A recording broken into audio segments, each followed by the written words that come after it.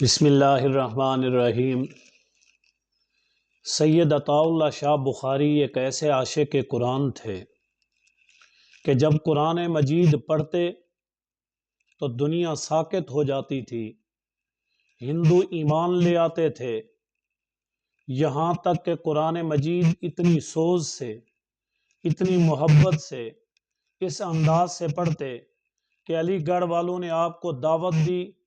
جب آپ وہاں تشریف لے گئے، آپ کے خلاف ایک گروہ موجود تھا جو آپ کی تقریر سننا نہیں چاہتا تھا۔ ان لوگوں نے میٹنگ کی کہ جب شاہ جی خطاب کرنے لگیں گے تو ہم کھڑے ہو جائیں گے، شور کریں گے کہ ہم نے آپ کا بیان نہیں سننا۔ شاہ جی نے جیسے ہی وہاں پر آغاز کیا، وہ گروہ کھڑا ہو گیا۔ انہوں نے کہا کہ شاہ جی ہم آپ کی تقریر نہیں سنیں گے۔ ہنگامہ برپا ہو گیا۔ وہ اسٹوڈنٹ تھے، یونیورسٹی کے طلباء تھے۔ آپ نے فرمایا کہ میرے عزیز بچوں، کیا میں ایک رکوع قرآن مجید سنا دوں؟ ان میں سے دو گروہ ہو گئے۔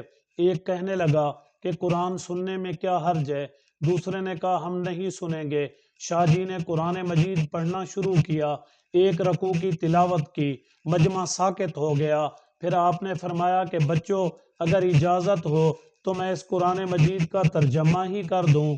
پھر آپ نے ترجمہ شروع کیا، یہاں تک کہ مجمع اس وجد کے اندر آ گیا، وہ کیفیت طاری ہو گئی، وہ پرجوش خطاب کرنے کو سن رہے تھے۔ جب آپ نے ترجمہ مکمل کیا، پھر فرمایا بچوں، اگر اجازت ہو تو میں اس کی کچھ تفسیر ہی بیان کر دوں۔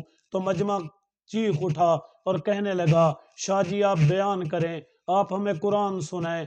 آپ نے 2 گھنٹے وہاں تقریر کی، اور 2 گھنٹے تقریر کرنے کے بعد آپ نے فرمایا کہ یہ قرآن کی تاثیر ہے، یہ قرآن کی محبت ہے، یہ قرآن کا انداز ہے۔ لوگ شاہ جی کو سننا نہیں چاہتے تھے، اللہ نے ان کو 2 گھنٹے قرآن سنوا دیا ہے۔